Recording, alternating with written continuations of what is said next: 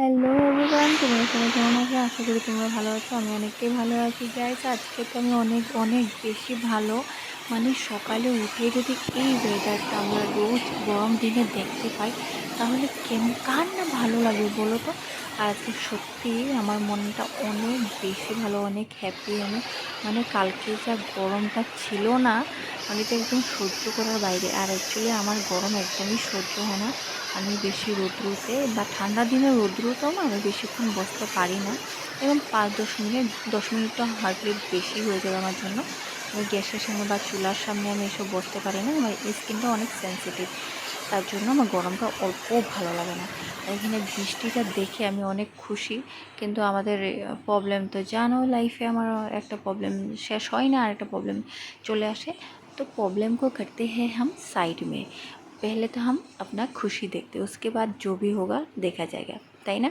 তো এখানে হ্যাঁ একটু জল পড়ে, টিনগুলো অনেক পুরানো হয়েছে, তার জন্য এটা কিচ্ছু না, এটা অনেক বড় ব্যাপার না, এটা হতেই থাকে আমাদের লাইফে। আমাদের লাইফে জল কখনো পিছা ছাড়বে না, আর আমরা জলের পিছা কখনো ছাড়তে পারবো না। এখানে দেখুন জল অনেক ভর্তি হয়েছিলো, কিছুক্ষণ পরে নেমে গেছে জলটা। তো এখন আর ওইটা সমস্যা নেই যে একদম বছর বছর জল থাকে। আগে তো একদম বৃষ্টির দিনে জল হলে 6 মাস তো থাকতো, একদম দুর্গাপূজা আগে আগে জল থাকতো। তো এইসব হচ্ছে বাসি মুখের কাহিনী। তারপর ভাবলাম মুখটা ধুয়ে একটু চা করে নিই, বাকি সারাক্ষণের সমস্যা তো থাকবেই, তার জন্য তো আর বসে থাকলে হবে না। চাটা তো আমাদের শুরুয়াত। মাঝখানে আমি কিচ্ছু ব্লগ করিনি, এটা আমার ভুলার মানে অভ্যাস আছে জানোই। তার জন্য মাঝে মাঝে না একটু মানে আসামে থাকি তো SMS চলে আসে, তো অভ্যাসটাকে বেমার বলতে গিয়েছিলাম। তো জানি যারা আসামে থাকে তাদের তো এইসব প্রবলেম হতেই থাকে। তো এখানে হ্যাঁ আজকে রান্নার ডিউটি ছিল আমার মার, তার জন্য মা সকালবেলা থেকে শুরু করে দিয়েছে সব রান্না বান্না। আর এখানে মাঝখানে ওই যে সকালে দেখলে যে টিন দিয়ে জল পড়ে, তো মাঝখানে আমি অনেক ক্লিপ তার জন্য নিতে পারিনি, তো ওইখানে ওইটা ঠিক করতে চলে গেছিলাম। আর এখন মাঝে মাঝে আসি, এসে একটু একটু ভিডিও ক্লিপ নিয়ে নিই। আমি জানিও না কী কী ক্লিপ যদি আমি বাকি থাকেও আমি অ্যাড করিনি হয়তো।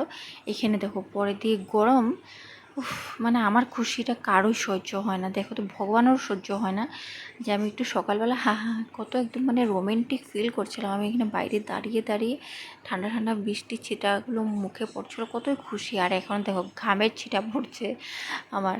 তো এখানে মা না ডালটাকে পিষে তারপর ভাপে দিয়ে তারপর মানে রান্না করছে।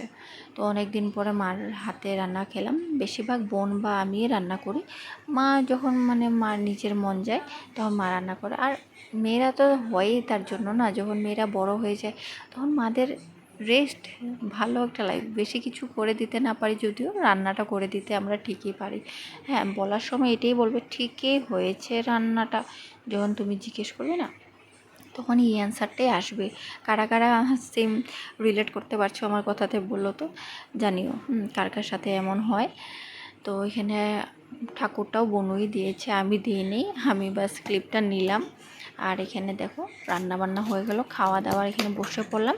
তো আমার মানে আমার না